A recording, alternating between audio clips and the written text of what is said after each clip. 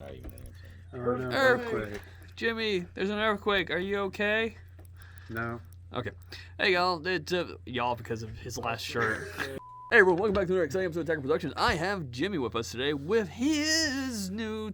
Actually, it's not really... No, it's the same mouse we've seen this before. They know the secrets behind it now. They've already unlocked all the codexing and the passive runes. And somebody found the ARG and somebody got Bancroft's Lost Nut. Yeah, it's really weird. But with that being said, thank you all for tuning in. We got a profile for you. Don't forget to click buttons because they're there for a reason, and you have a fetish like Jimmy probably. All right, I know we haven't done that one in a while, but there it is. Jimmy, you took the... Happy birthday, Bancroft. Now the world knows my birthday's on whatever day this video falls onto. Yeah, I which mean, the won't day be... that we're recording this, which is the Saturday before this profile comes. All right, cool. Jimmy, you took the Ultimate deck and made it something new. Let's find out what you did to it. Alright, so I played Towa from the Ultimate deck.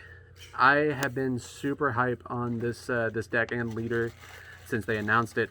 I have been endlessly testing it on Untap, and I've kind of gotten into the where I think the deck needs to be. I know a few people have also tested the same engines that I'm playing, but I do some small tweaks to it that make it work more for me. So you have the Towa leader. You treat all Dark Broly and Xeno cards if they have no specified cost, and they reduce by 1, which is really, really nice.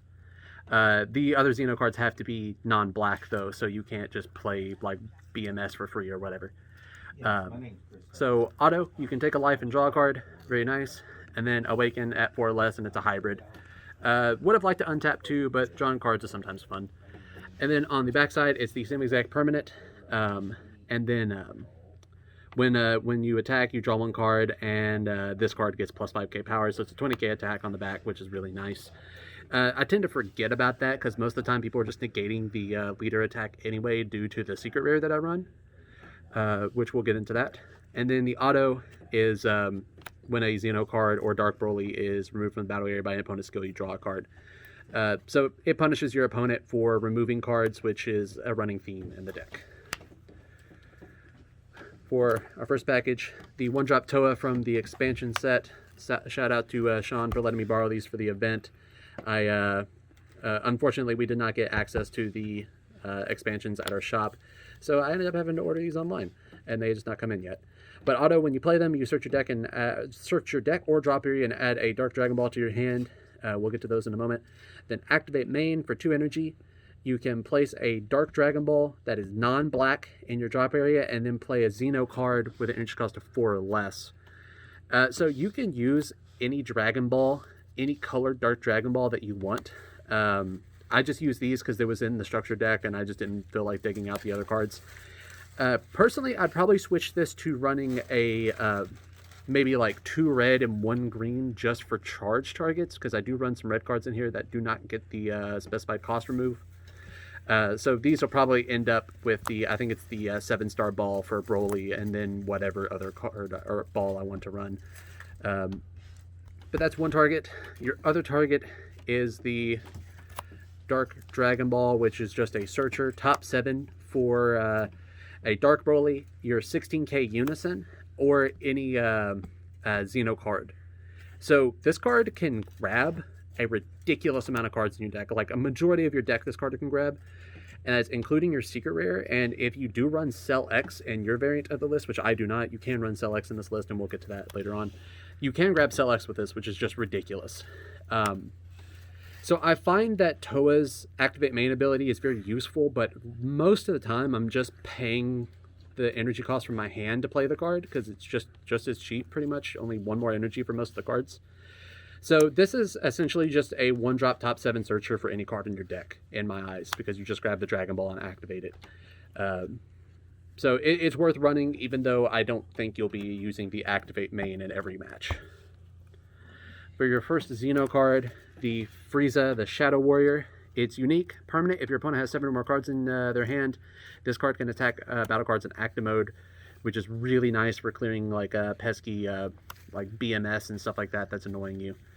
And then auto, when you KO a opponent's battle card or remove a marker from their Unison, your opponent must drop a card, which is, you're not doing enough hand control to really make a difference in a match, but opponent dropping a card is never a bad thing for you.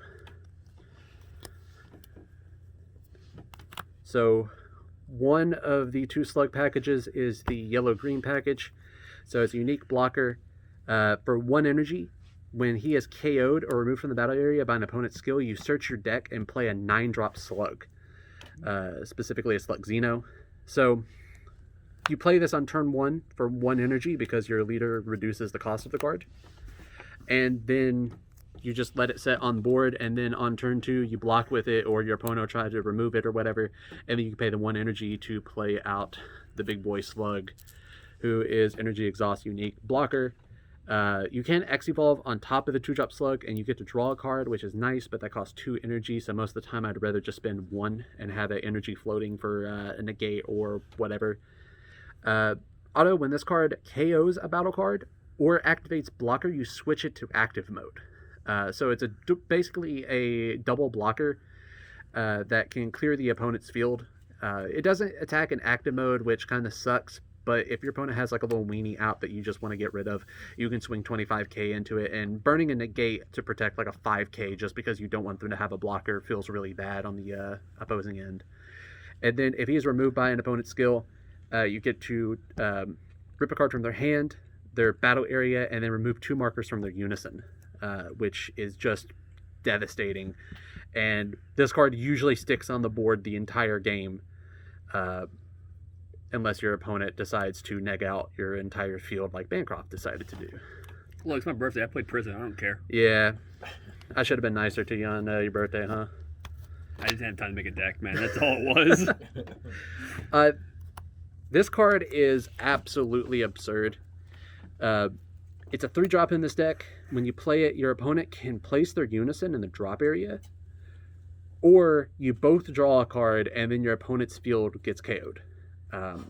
It is absurdly good for 3 energy, and it's just anytime you have to force your opponent to make a decision, it is a good information for you, and also gives your opponent more chances to fuck up making that decision and give you a better chance of winning the game. So I've had matches where I just drop this and the opponent's like, I'll just get rid of my Unison, and then they realize like, oh, I can't rejuvenate, or oh, my Unison is the most important part of my deck. Like, I just dropped it just because I didn't want to lose the 3 or 4 battle cards that I had on field. And especially playing these like back to back, if your opponent goes, okay, well, I'm going to hit my Unison, and then you just play another one and go, okay, well, wipe your field now. It is just so nasty for 3 energy. And then he is a evolved target for the other big boy Slug. X evolve for 2 on top of the 4-drop. He is a triple striker, which is just absurd for 2 energy on top of this guy. And then permanent, while he's in rest mode, your opponent cannot attack your leader card or Unison cards. So this just becomes a lightning rod for your opponent's entire deck. They have to focus down this card, and you have other cards to defend, such as this Slug, where you can just keep blocking and putting the attack on this guy instead of on this guy, which is just disgusting. And then the auto, it's not really relevant because you don't play the 3-drop, but you can pull a Dark Dragon Ball back to your hand, which is nice. So it gives your opponent incentive to remove your other blockers, which you will get effects on them just so they can deal with this. Again, forcing your opponent into bad decisions. The Unison you run, Dark Shinron. Permanent, this card cannot attack. He's a 16k, so he's an awkward number. I know in mine and Bancroft's match, he's about to swing into the Unison. He's like, wait, is he a 16k? I'm like, yeah, bro. You're so stupid. And he's like, I don't know what to do with it. But it's +1. You can pitch a Xeno card to the bottom of your deck, or a Dark Broly card and draw a card, or you can choose 1 Xeno card in your drop area and put it at the bottom of your deck. You don't get to draw a card on for the drop area one, but it's good for pitching your like Broly, or you're not Broly targets, your Slug targets back into the deck, so that you can play them, because most of the time you have to play them from the deck, or you can pitch them to the bottom of the deck, then shuffle your deck using your 1-drop Towa, so you have a chance of seeing it in your hand later. But it's -3 is why you play the card. If your leader card is a Towa, at the beginning of your main phase, if you have 4 or more energy, you can -3, And then you play 3 Xeno cards with energy cost of 3 or less from your hand or deck. And you can also play Dark Broly's. I don't run any Dark Broly's in this list. The only one I might run is the Blocker, just to put more defense on the field. But I just play the Xeno cards. So you can play, if you have 2 Slugs in hand, or even if you have 3 Slugs in hand, you can play 3 if you really want to. But you can play 2 Slugs, you can play your 2 Friezas. You can play the Majin Buu, which I'm about to get into. You just flood the field with this, and most of the time that I have activated the -3, my opponent's always like, I probably should have dealt with that Unison, shouldn't I? It's just disgustingly good when it goes off. The Majin Buu, probably one of the most salt-inducing cards in the deck. It's a unique barrier, so it's it's hard to remove. And then the auto, when you play him, you search top 7 and you play a 9 or less Xeno card. So you can play almost any card in your deck. You can play that Slug. You can play your other Slugs. You can play any of your Slug package. So whatever piece you're missing, you can put it on field. Or as a one-of tech, I like running the Majin Buu Royal Absorption just as a dual attack double striker. It doesn't come up a lot because you do have to search top 7. You can't just search your deck and play him, so you have to get lucky. You did it twice to me. What do you mean did it twice? I only play 1. You got 2 on the board. I did have 2 on the board.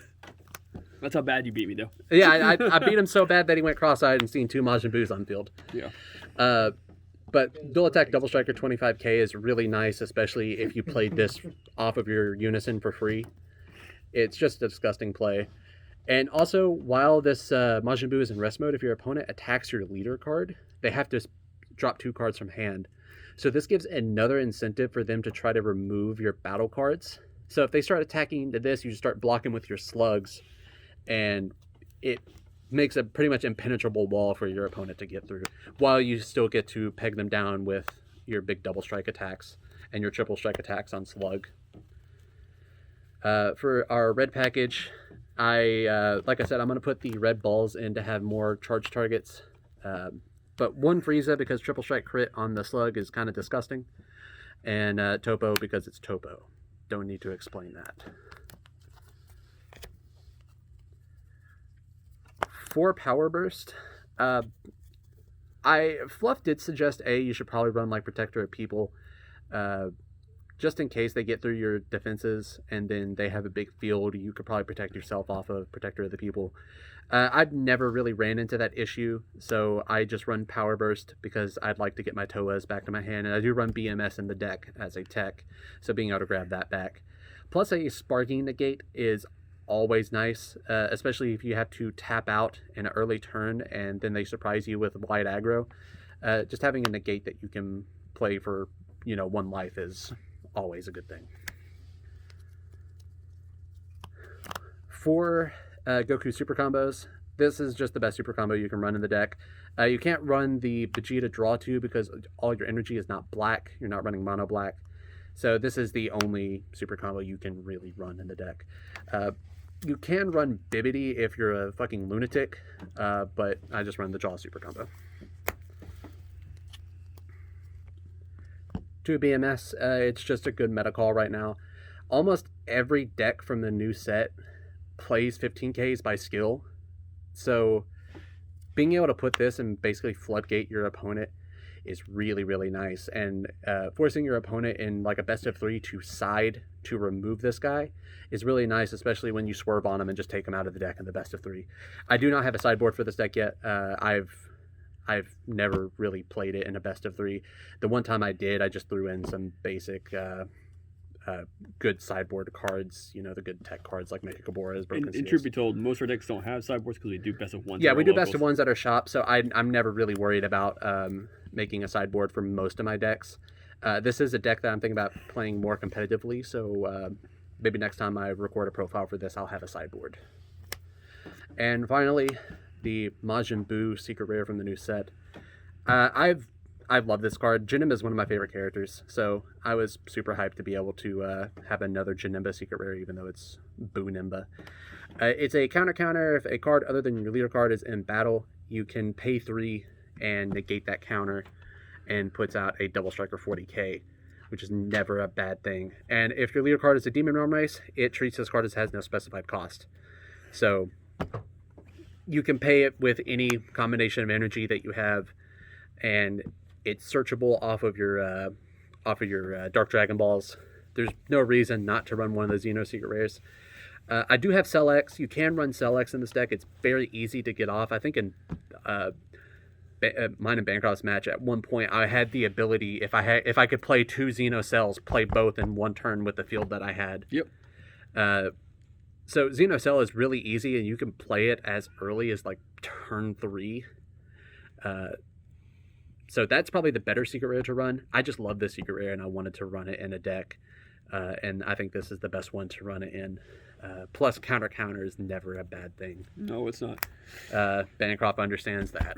So, with that being said, your mat, as beautiful as it is, was so annoying to record on because it looked like her cleavage was in the way the entire time. Just want to point that out. Like, I love the mat. I know why you got it. It wasn't for that purpose, but trying to record was almost annoying. I'm like purposely trying to gotta get this better angle. My arms are getting tired. So with that being said, thank you all for tuning in. Don't forget buttons, click them, and Jimmy deck profile, good, yay, comment, sure, okay. Last words. If it burns when you pee, you probably use overly grotesque anime mats. Jimmy, Mm-hmm. Does it burn when you pee? No. This is You're tasteful. A liar. This is tasteful. With that being said, thank you all for tuning in. Like always, read your cards, know your plays, fluff out.